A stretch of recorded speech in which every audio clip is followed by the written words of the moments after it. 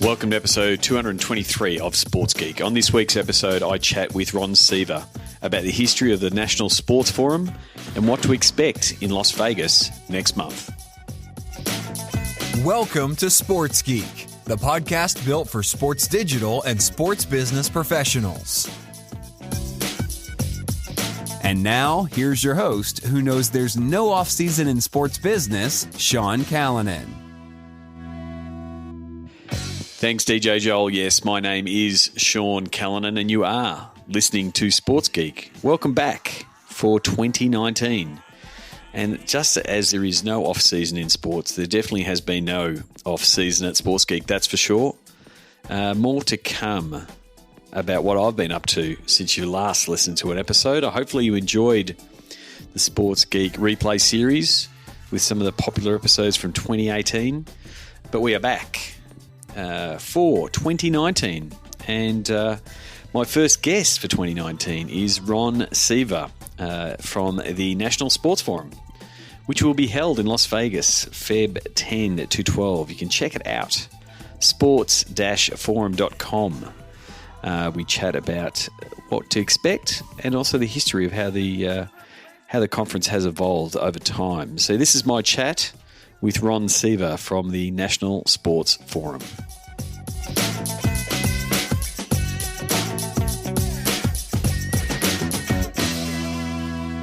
Very happy to welcome Ron Seaver, President of the National Sports Forum, to the podcast. Welcome to the podcast, Ron.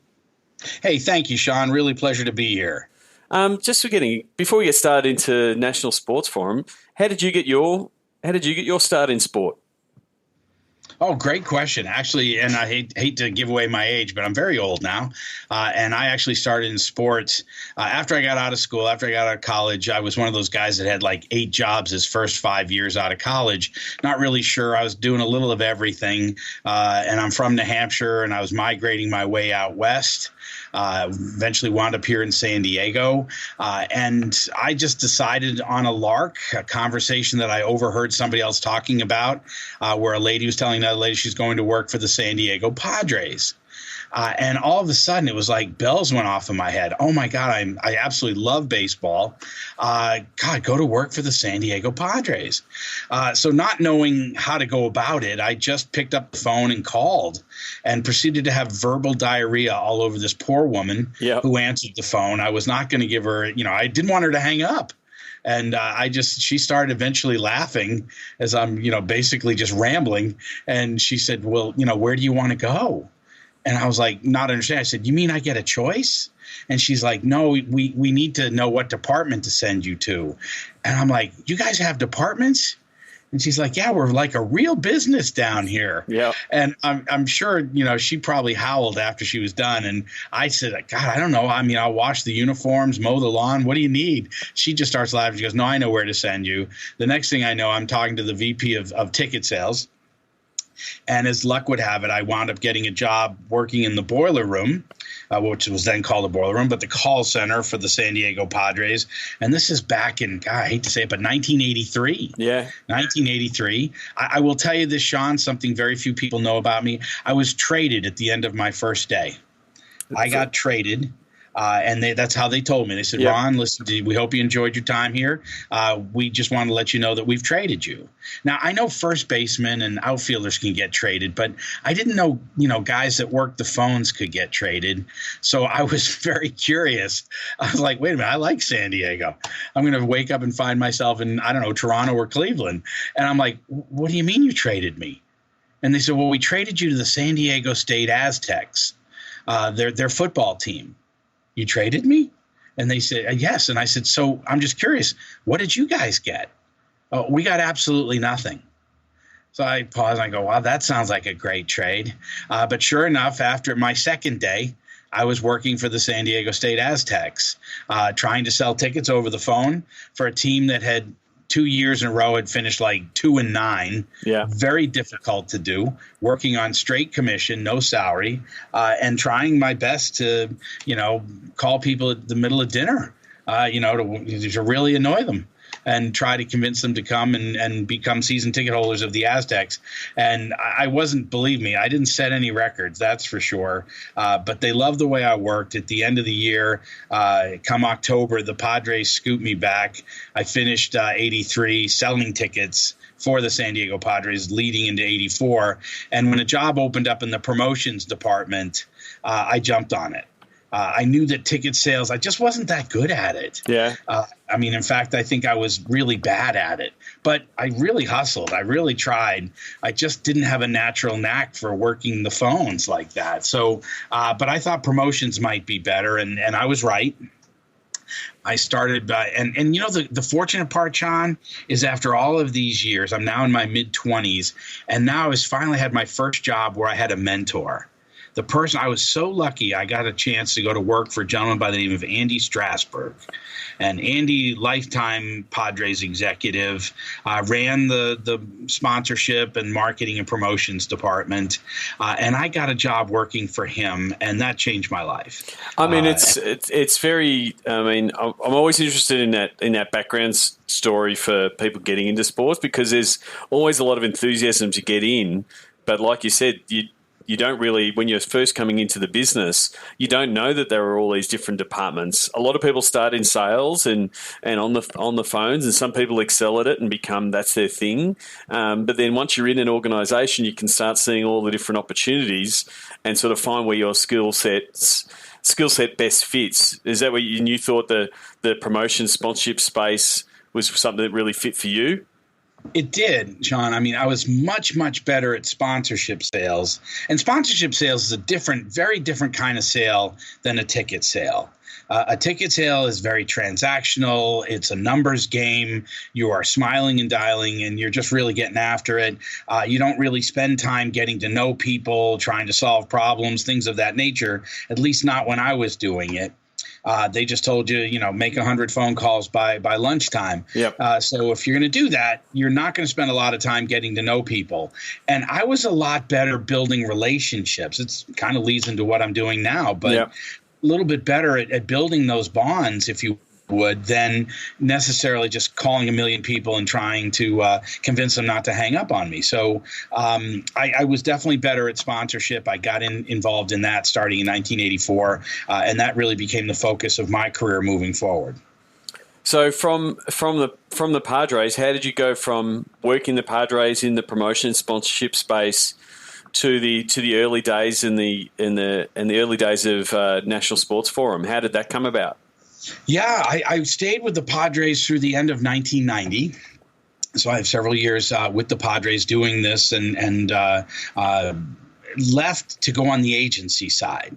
Yep. Interestingly enough, Sean, I tell people now, I said, if I had to do over again, I probably would have been a lot better as a sponsorship salesperson. I had a fair amount of success doing it, but I would have been even better if I'd spent 3 years on the agency side before I tried to sell sponsorship, because I would have had a better appreciation for what the client on the other side is doing. Understanding what the brands want, and you're not just seeing them as another number in your call list.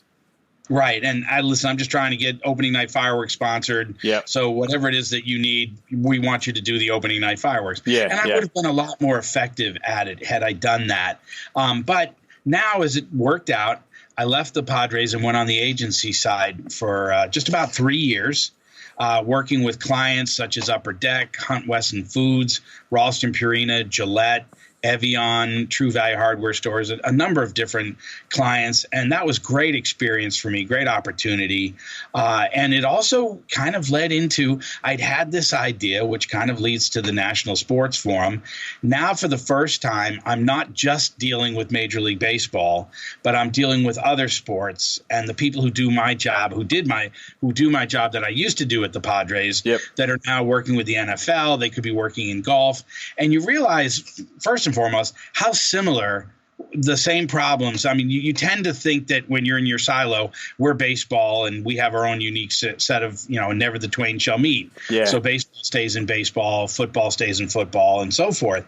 But as I started going the agency side, now talking on behalf of my clients with different people, you started to realize that yeah, the ball was different, but their needs were very much the same. And, their stories were very similar. And the other thing was they were really great people. Yeah. It's a really nice niche of people that if you start to get to know them, the thought occurred that at this particular point, now this is the early 90s, I was starting to think that I never would have met the people from the NBA. I never would have met these people from the NHL if I hadn't been on the agency side, because being in Major League Baseball, the only people I'd get really to meet and go to conferences with were other people from Major League Baseball.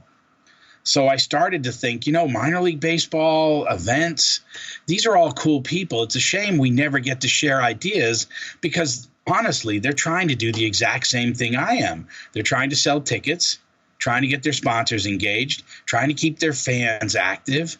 I mean, they're trying to do the same things I'm trying to do.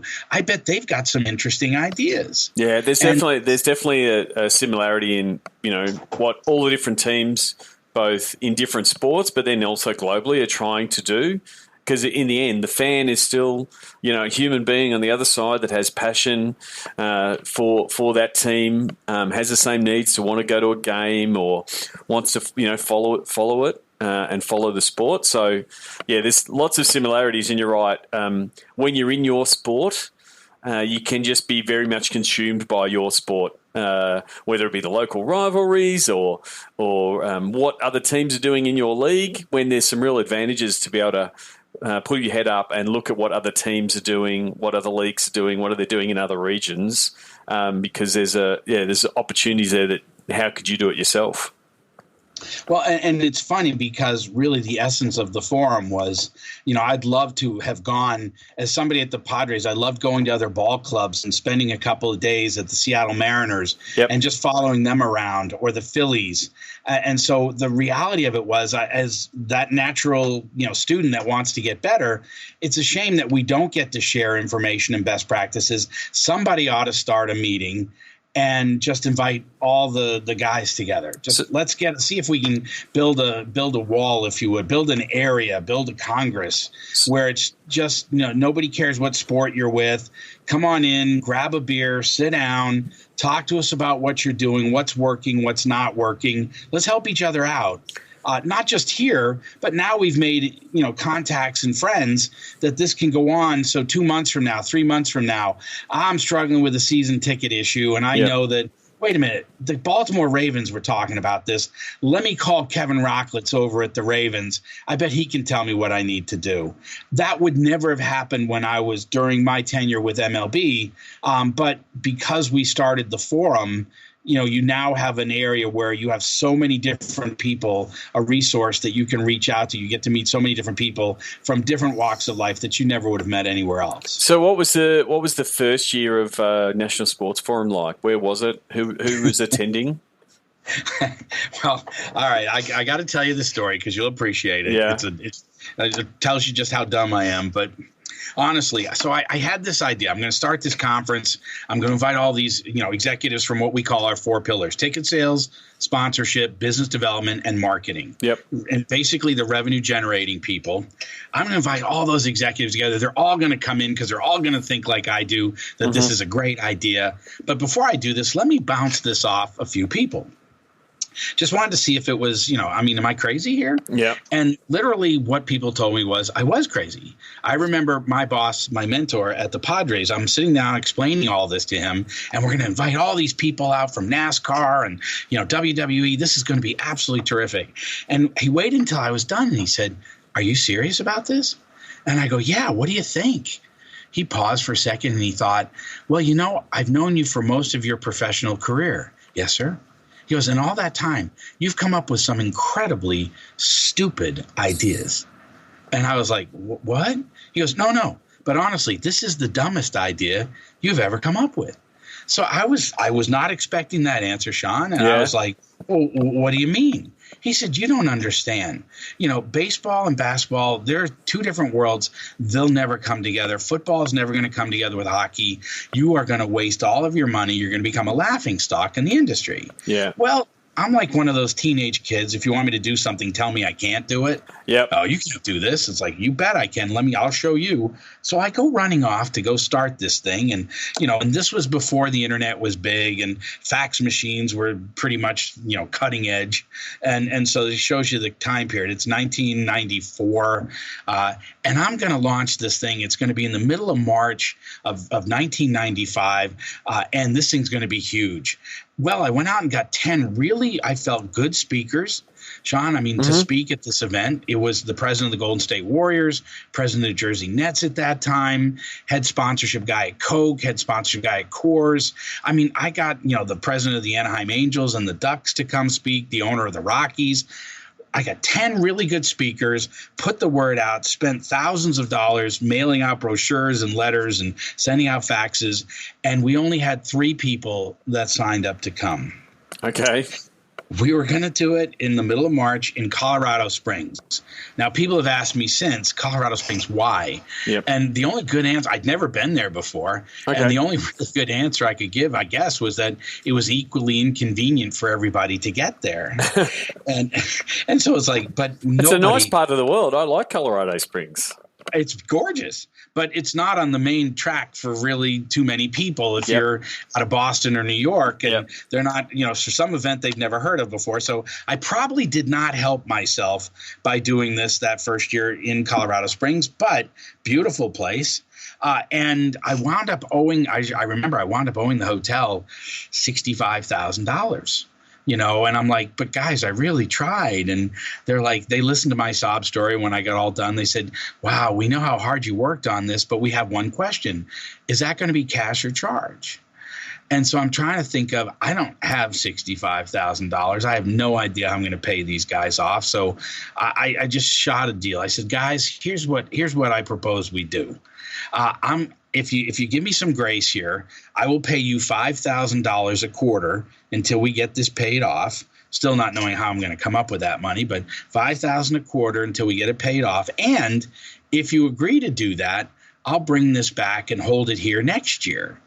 Well, I think it was all the guy could do to laugh, not to laugh in my face. And he said, look, I see a lot of events and listen, I appreciate the offer, but 3 people is not a mandate. And you're just going to turn 65,000 into 165,000. But it's up to you if that's what you want to do. So I said, other than that, guys, I can't pay you. That's the most fair way I could think to work this out. So they agreed. And we go forward. And so the next year, now it's 1996. Yep. But now I've got a year to work on this. And we put together a steering committee to help us of guys that did think this was a good idea. And we went forward. And so actually, the very first forum was launched in 1996. And we did it in January. And it was in Colorado Springs. And we had 32 people that attended. We still lost a ton of money doing it. In fact, we lost money putting this on for 7 years, which I think people, I just didn't know. How long are you supposed to lose money on these things? I didn't know. I'd never done it before. It certainly turned out to be a lot harder than I thought it was going to be. And I learned a ton. But it became very much a labor of love for us. From 32, the next year we went to Denver. The year after that, we went to Boston. So we started building what we have now of moving it from one city to another, crisscrossing, if you would, profiling major sports cities with great stories to tell across the country. So we are now about 3 weeks away from what will be our 24th annual forum. This year, we've never been to Las Vegas before. This year, we're going to Las Vegas, and people ask, why did it take so long? And it's like, well, it was only until a couple of years ago that, the NHL launched a franchise, the Golden Knights. So they had teams for us to be able to meet up with. The Raiders are obviously relocating to Las Vegas. Las Vegas becoming very much on the map. And so we approached Las Vegas about doing the forum there and put it together at the MGM Grand. And so that's what we're getting ready for today.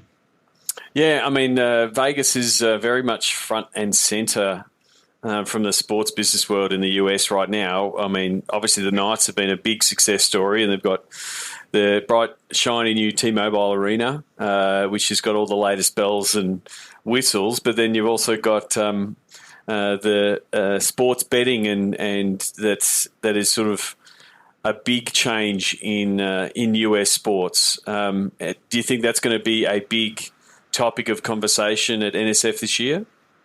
It is. I mean, we didn't talk about it at all last year. And, of course, everything changed with the Supreme Court decision this past spring. And now very much it's on the front burner, and I think it'll become an even bigger topic, certainly as more states approve and ratify and start having sports gaming in their particular states, because a lot of our team execs are looking at it going, all right, we're not really sure, what to do, what our options are, what's happening out there. So we're very pleased. I know we'll be having a couple of breakout sessions dedicated to discussing sports gaming. The Las Vegas Lights, which is a United Soccer League, USL team. I know Steve Pastorino is coming out to do a session on the program that they've actually put in place. They were, if not the first, then at least they were one of the first sports teams to put together a program, a viable program with an outside gambling source, in this case, William Hill. Yep. And they put that together. So I think they're trying to actually bring William Hill in with them to talk about here's what we're doing and how we're doing it. And they're having a lot of fun with it. It's been very much a positive experience. And I think it's the kind of thing that people look for at the forum, going to places of case studies so I can sit here and listen. So what are you doing? How did it work? What was good? What was bad? What would you change? Are you bringing it back? What are the pitfalls to look out for, et cetera? And so we're very pleased to have Steve coming out and talking about, hey, here's what we're doing. And I think as the forum continues on, obviously, this will become a bigger topic. I know that one of the biggest players, if you would, in that category is MGM Grand. Yep. And so we're very, very delighted that Scott Butera, who is the president of MGM's Interactive, so the gaming arm, he's on a super panel that we're doing on that Monday, talking about obviously what the future looks like for them, what they're doing. So you're going to start to see more of that issue becoming a very, very relevant topic as we move forward here with the forum. Especially, you've just seen MGM sign the deal with the NFL. There's a lot of exploration in how do teams and leagues partner with sports betting agencies and gambling operators. One of the conversations I've had with a lot of the, my friends in the North American market as this has been looming, I've been saying, look at other markets. Here in Australia, we've had sports gambling available for ages. It's sort of a national pastime over here. But it also becomes, there's all these opportunities of a team can have a partner and those kind of things. So, showing my friends, my Facebook feed with Australian sports teams in there and seeing, gambling partners on jerseys or partnerships and those kind of things. So I think there is a lot of opportunity in the space. Knowing that I've worked with operators like William Hill, they're obviously rubbing their hands together at the opportunity. So I think it's going to be really interesting at how it evolves over the next 18 months. Who does the part? How the partnerships evolve. Are they the database partnerships that the NBA's already done in licensing their feeds and things like that? Or are they going to be these club-based customer acquisition sort of plays where partners want to partner with the team to get people to sign up and those kind of things, and then the live betting and in-game betting, and looking at what I think the Wizards did the broadcast recently with having people polling during the game. So I think there's a lot of I think the broadcasters will be all over it. Obviously. With everyone at NSF being revenue focused, there's this effectively new party at the table walking in with big bags of cash. It's going to be interesting to see how those deals break out. Well, and taking this one step further, Sean, I mean, this is one of those perfect examples where even if you have a league deal, you're still going to want to follow up, I think, with strategic team deals. Just to, the teams will honor, obviously, the league's overarching sponsorship of XYZ company, and they'll make sure that they, if they're an advertiser of the All-Star game or something of that nature, the crown jewels, they'll take care of that. But how are you getting day-to-day and really in person with a given market, without being a sponsor of that team? You really want to do both. Yeah. And so I think, what you're seeing is some of the teams, and again, primarily, obviously, in states where gambling is allowed, sports gaming is allowed, you're starting to see that they have not just one partner, but perhaps multiple partners. They're not doing exclusives. They're working with a number of different entities in that industry, and each one offering a different, maybe a different service or a different experience, a different program, which I think is going to be very, very interesting to see how this continues to grow. Yeah, I mean, it's going to be interesting to see how it changes. Yeah, the way that clubs interact, but then also the in-stadium experience and those kind of things. Again, knowing that if I'm at the MCG, I can walk down and get a beer, but I can also go to a betting terminal and make a bet on the game. In the game.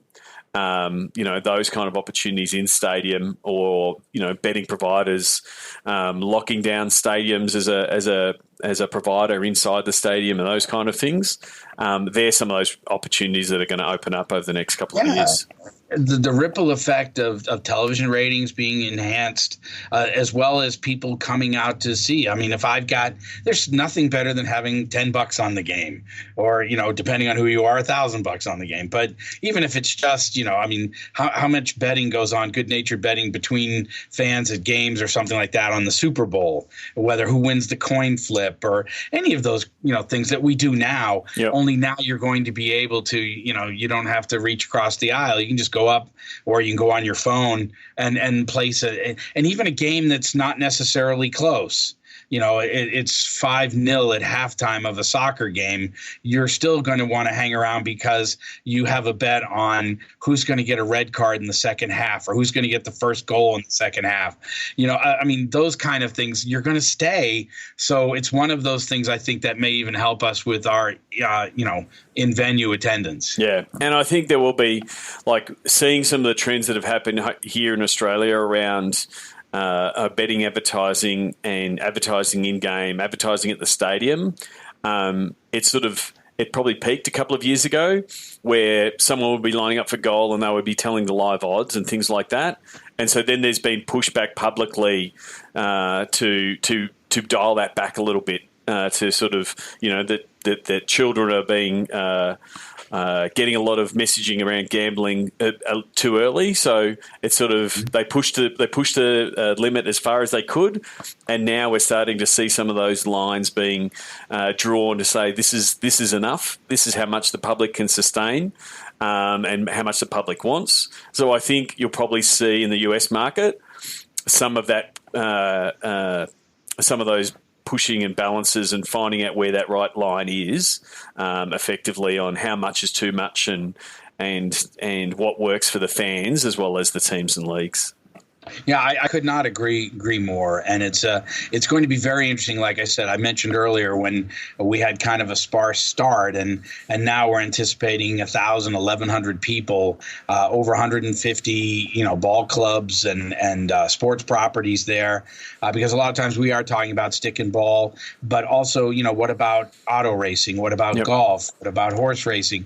Other avenues that you're going to be able to look at now. The ability to now come to the forum, whether you're an organization trying to figure out what could we do and getting information, or perhaps you're a platform like an MGM that is on the other side going, where can I go where I can access so many teams under one roof for 3 days? Yep. And find yourself sitting at a table with, 7 teams from 7 different sports. You're not allowed to go to the league meetings unless you're a league sponsor, which costs many millions of dollars. But so where else can you go where you can really share that kind of information and get a chance to get to know these people from so many different organizations? So we're anxious to see where this thing plays out. And you talked about the pillars, especially being revenue driven. Is that where the makeup of the attendees are coming from the marketing and ticket sales, business development space? It's funny now because we're getting so much bigger. There's other offshoot departments, but they all basically at the end of the day wind up within what we call the four pillars. So, for example, you could be in esports, another up and coming topic here in the U.S. The teams are now looking, either getting involved or looking to get involved, or they are involved in trying to figure out how to enhance it. Sponsors are interested from their perspective. It's like, well, what more could we be doing to connect up with the millions of people playing these games? But esports, non-traditional revenue, is a new category that we started a workshop and breakout sessions around a couple of years ago because, once again, these stadiums and arenas are getting so expensive that the mandate is, hey, when the season's over, you don't just turn the lights off and go away. Yep. What else could we be doing in this facility to generate revenue for the organization? We still have debt service to pay, things of that nature. And so, once again, the power of the group. Yep. Bringing everyone together so that the Eagles can talk about what they're doing or the Bears can talk about what they're doing. And people can share this information with one another. And you come away with like, oh, we're not doing that. So how does that work? Type of answers. So again, it's not one of the four pillars, but it is within the four pillars. Social and digital media, things of that nature, inside sales. So we have other avenues, but they all, when you look at it, we don't get into player. I mean, sometimes people ask, so are the scouting departments there? No, we don't really get into the player side of the transaction. We don't get into the accounting or legal. In many ways, services, we don't necessarily get into the licensing because every league has their own deal. But when you have such things, group sales, season tickets, single game seats, available, and so many people have this, or you're an event and you have one or two big events a year. How do you keep it alive during the quote unquote off season in between the major events? This is really our sweet spot, talking about how to keep connected to the fans, how to keep our sponsors engaged, because the sponsors are very much looking for that too. I mean, they know that you're in that community in Las Vegas, for example. We'll use Las Vegas since they're the host. The Knights have a lot of people that love the Knights. Yep. How could we as a sponsor play off of that to ingratiate ourselves and really be part of the family, be part of the loyalty factor, if you would, by being engaged with the Knights? What could we be doing and how do we keep that going even during the off season? Yeah, very much interested myself from a personal point of view from the esports side of things. My League of Legends team debuts on this coming Friday as we're recording now. So very much, I've gone through the last 2 months in setting the team up and getting it ready. And yeah, definitely it has been a terrific learning experience in pretty much educating brands on what esports is and what the opportunity is. But there's definitely opportunities for sports to apply a lot of the processes that we already know around sponsorship and connecting fans in that esports space. So, yeah, I'm looking forward to swapping some ideas with some people around that in the North American market. No, I know you'll be joining us this year. I know. And in fact, if I can tee you up, we have 32 different breakout sessions over Monday and Tuesday, and you're going to be leading one of them. Could I get you to talk a little bit about your session? Yeah, definitely. So what I'm going to do is the Digital to Dollars workshop in a very fast format. It's usually something that's run over 2 days, but I've got a super fast 1 hour version of it that goes through the process that we're actually using with teams and leagues around how do they monetize their digital and social specifically, looking at their audiences.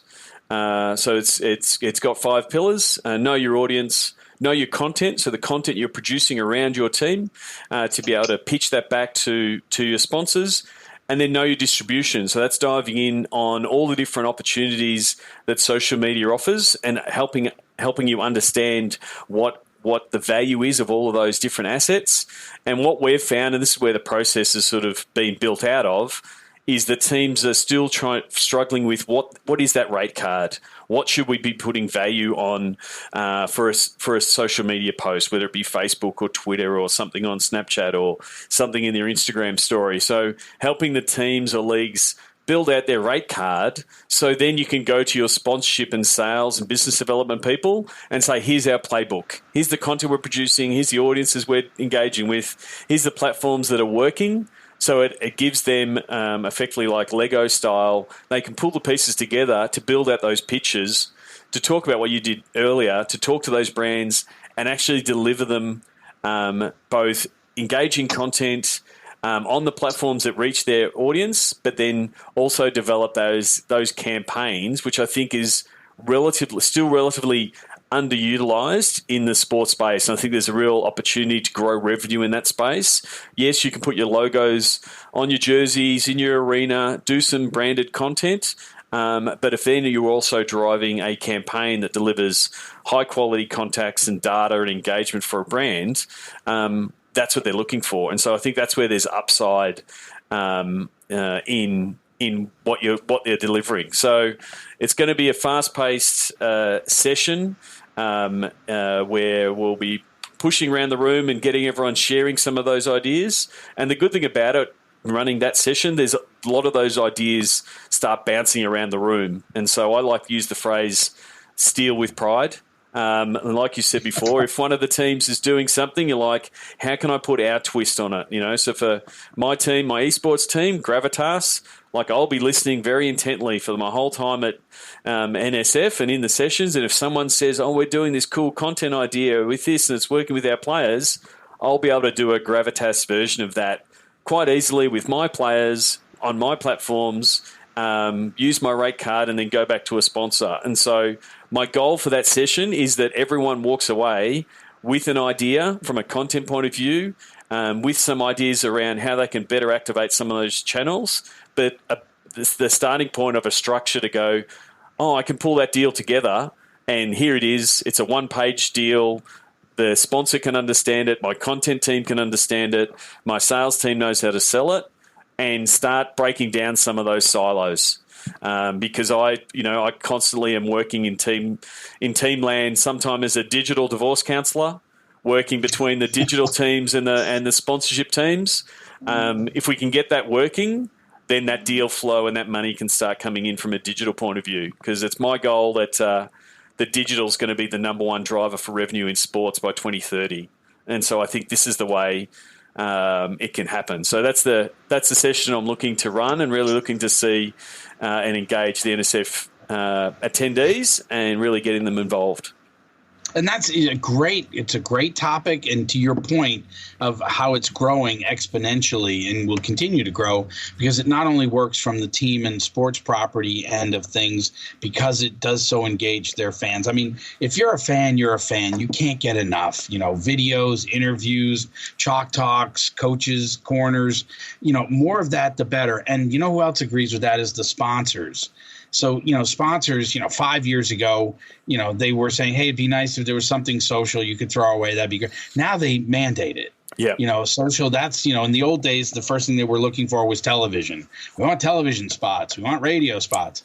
Not anymore. Now it's like, well, what are you going to be doing socially that we can integrate with? It's also it's not only mandated, but it's also required. In the tweaks that have been made in the social platforms, big brands are really struggling in getting reach and engagement with their customers because they're not fans. They're customers or, they're potential prospects, whereas sports still have this really highly engaged fan base that want to connect.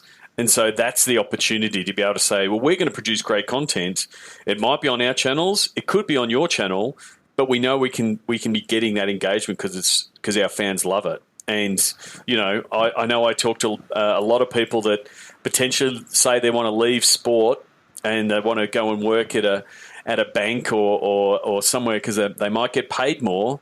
But I always give them the cautionary tale. It's a lot tougher to be running the social and digital channels for a big brand than it is for a sports team, because you can't just throw up an alley-oop dunk or Steph Curry hitting 4 threes in a row and boom, you get that engagement. It's really hard work for a brand marketer out there. And that's the piece that we need to get the content digital folk in sports team land to understand how high value they've got, and help translate that for the sponsorship guys that have to do the sales talk. So that's one of the key pieces of getting that sales message out. Well, to your point there, Sean, I mean, again, because the corporates know that if they just post, social media up there, people are just turning a blind eye to it. But that's what makes their sports engagements and their relationships with their teams, their sponsorships, that much more valuable. Help us to do it. They don't necessarily care about my bank per se, just because it's a bank, but they love the fact that we're, the sponsor of Steph's kids. Yep. And this is how you can get involved, and this is how you can come in and be a part of it. And it really humanizes the big blue, corporation out there. And it really brings it into the very much the grassroots and local level when they can tie in with their minor league team or their major league team or the coming event that's coming to town, and be a part of the golf tournament or something of that nature that really makes them human and less corporate. So just before we wrap up, do you have any advice for people like myself that might be a first-time attendee to NSF? What would be your advice to someone who is either going to NSF for the first time or considering going to NSF? What would your advice be? Well, we try to. I mean, there's plenty of sports conferences out there, but I think one of the things that makes the forum so different is the fact that you have so many sports properties together, and so for somebody that's coming for the first time is to be, we take advantage of everything.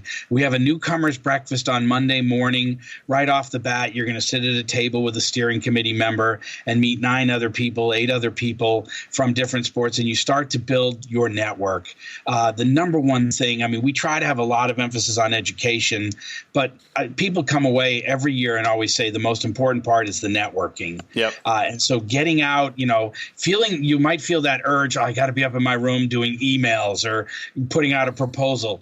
Put that to the side. Get that done else, before or after. When you're at the forum, definitely unplug, engage, get off your phone and talk to as many people as you can. Get around the trade show. Look at the different technologies. That trade show is full. We have a tech tank that's kind of our version of Shark Tank, but for technology and how it impacts the different sports.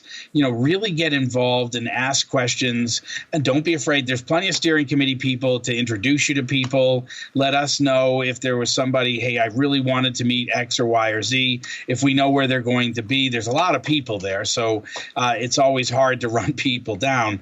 But, it's always great if you're telling us that you're looking for somebody from Churchill Downs like John Davis or Sarah Contardo. It's like, oh, she's over there or John's over there.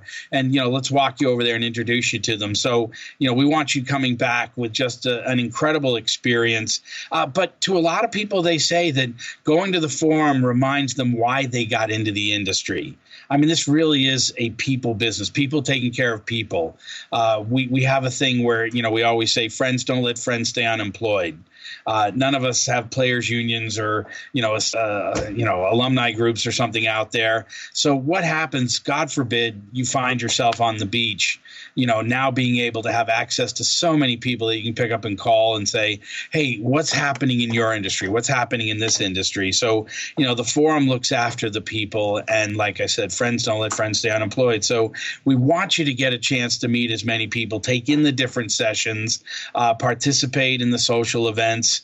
This is a very social group, so don't plan to go to bed at 8:30, and not that you would going to Las Vegas, but we're purposely starting everything an hour later in the morning. We figure people are going to need that extra hour of sleep, but we'll go a little bit later in the afternoon instead, and then let people, go to the official bar. So much business gets done in the bar. And so for us, we're going to be at a bar called Losers that's right in the middle of MGM Grand, which is our host hotel. Yep. And it's a great spot to get in there and spend some time. You'll be amazed how many deals are getting done in there. People having a couple of Budweisers and just relaxing and just really engaging with each other. I think that's what makes it so special for us.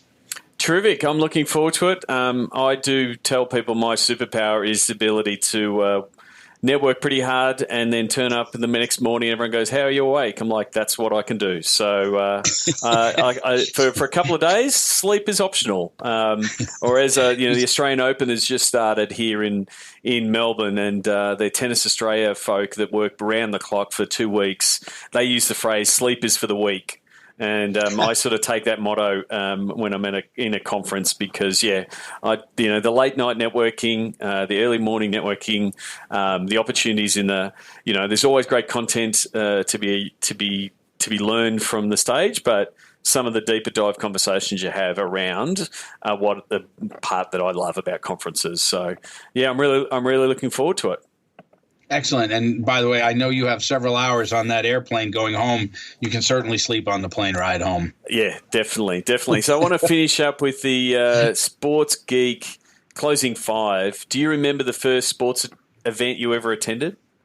Yes, I do. I'm like I mentioned, I'm from New Hampshire. I'm a huge Boston Red Sox fan, and I remember my dad taking me to opening day at Fenway Park, and I remember just walking through that stadium out into that, and I will never forget just the feeling I had of seeing this massive stadium and getting a chance to watch opening day for the Red Sox. And I want to say it was like 1965. Yep. But I was just a little kid, and that was my first event, and I was hooked.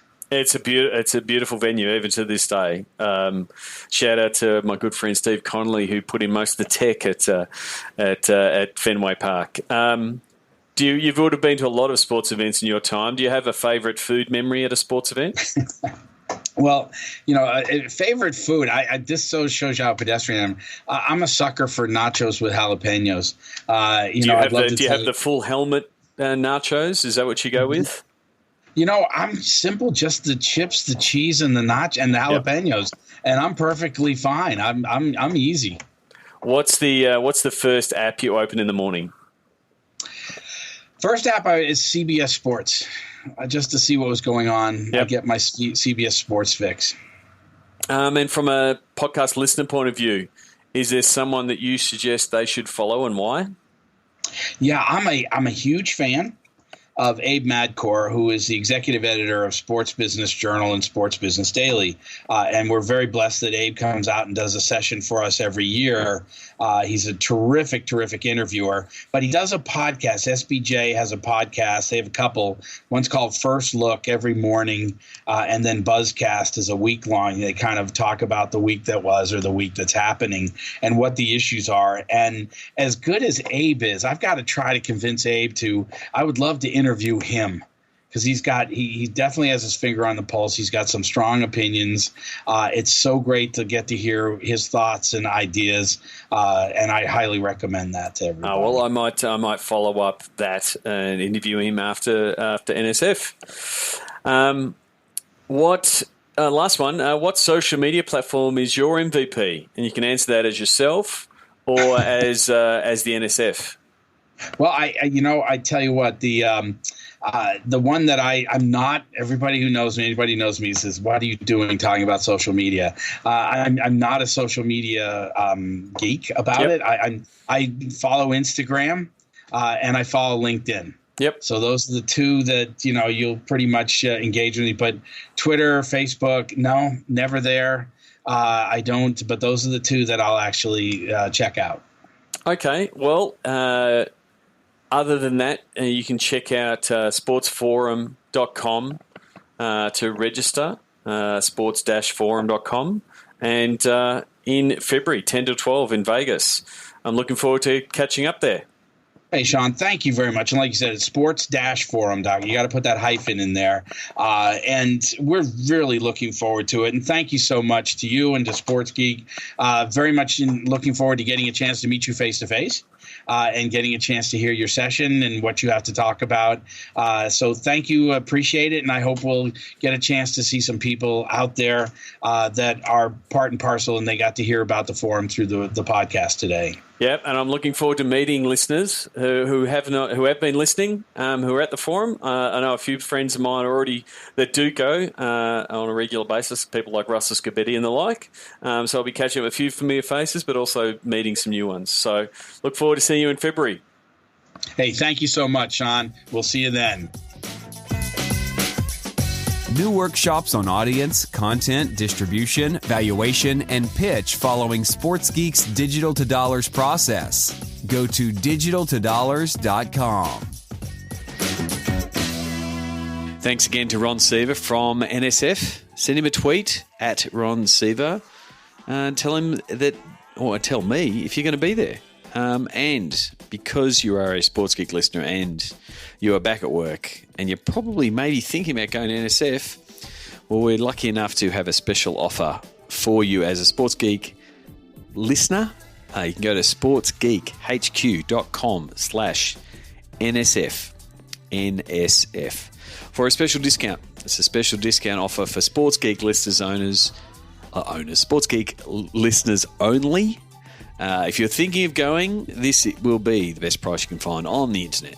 So it's only going to be valid for 2 weeks. So go to that link, sportsgeekhq.com/NSF. There'll be instructions there to obtain the special Sports Geek listener discount. As I said in the opener, has not been a feed-up off-season. Has been no off-season at all. As you have been listening, I'm now the proud owner of an esports franchise, launched in mid-December. We launched the brand and the name, Gravitas. We got the team together, finished recruitment, moved them into the gaming house, set up the gaming house. I've seen more than enough Allen keys that I want to see for all of 2019.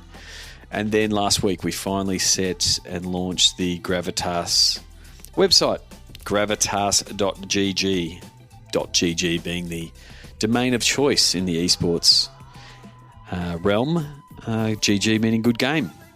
So we've got our team up and running. We've had the boys have been in practice and preseason mode, or scrims, where they play practice matches against other OPL teams, and the season opened on Friday. They played a game on a Friday night and they play a game on a Saturday night. And so we opened the season 4 p.m. on Friday. And I was up there to support the guys, to make sure that they got up there in one piece, flying to Sydney every week. And they performed absolutely tremendously. They went up against Legacy in our first match, and we won that match to win our very first game. So it's not very often you get to be in a position of firsts, and so there was a lot of firsts last weekend. So getting our first win was pretty important. Then they came up against Mammoth in the second game on Saturday, and Mammoth are a pretty seasoned outfit, and we're probably expected to win. So we are 1-1, and so the journey is just starting. So if you ever want to talk esports and understand what I'm going through, I'll be sharing a fair bit of it on this podcast. But please get in touch. Always learning more about the space, how different people operate in the space from a sponsorship, media point of view, players. There's a whole bunch of opportunities, I think, in the space that sports can offer.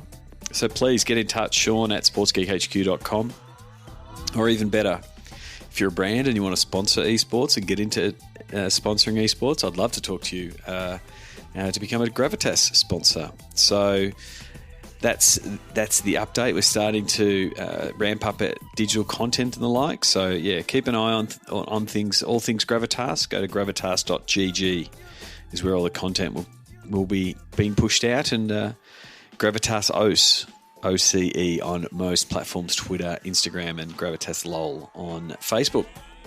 Before I wrap up, some of the things that we're working on at the minute, as discussed, I'll be doing the Digital to Dollars workshop at National Sports Forum in Las Vegas. I'll be doing the 1 hour format, similar to what I did at Seat, with some refinement now that I've done it a couple of times with different groups. So it'd be really good to do that with a really commercially focused group, with NSF being really focused on revenue and returns, which is really the focus of Digital to Dollars. So as discussed with Ron, we'll be going through know your audience, know your content, know your distribution, know your value, and know your pitch. It's been a good exercise to do that with Gravitas and build out the pitch deck for Gravitas and the valuation and the rate card for Gravitas using the process. So if you are looking to bring an uplift in your digital activations and sponsorship and digital revenue, please give me a call. It can get your digital strategy aligned and your content plan sorted, but more importantly, drive in more revenue for your team. So digital dollars will continue to be a focus on the sports geek side of the business. And then one thing that always does come up and early in the year as the winter season approaches is athlete digital training. And so I'm setting up some of those sessions now. Most of the time it gets set up because of players behaving badly. But sometimes does get it set up to helping players understand how they can build their brand. So I went through this training with my 5 guys or 5 players and coaching staff and operations staff at Gravitas to help them understand what the platforms are looking for from athletes, what fans are looking for, what content is going to work, understanding things like privacy and security, and then also not to do the stupid things, so the good, bad, and ugly of social media, and how to stay in control and not let it control you. So, again, if you have a playing group or a coaching group that wants to better understand digital and social media, please reach out. You can go to sportsgeekhq.com/social media athlete training if you want some details, but as always, you can send me an email, Sean@sportsgeekhq.com. That's it for me for this week.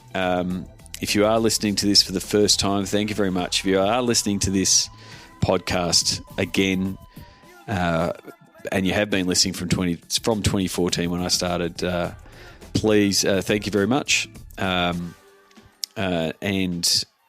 as always, my name is Sean Callanan, and you've been listening to Sports Geek. Join Sports Geek Nation access to exclusive Slack and Facebook groups with regular Q&A sessions with Sean Callanan. Go to sportsgeeknation.com to join. Need help with your digital rate card? Not sure how to price your assets? Is there a disconnect between digital and commercial? That is where Sean works best, in digital divorce counselor mode. Book a time for a call with Sean to discuss the Sports Geek process. Go to sportsgeekhq.com/phone call. Go to sportsgeekhq.com for more sports digital marketing resources.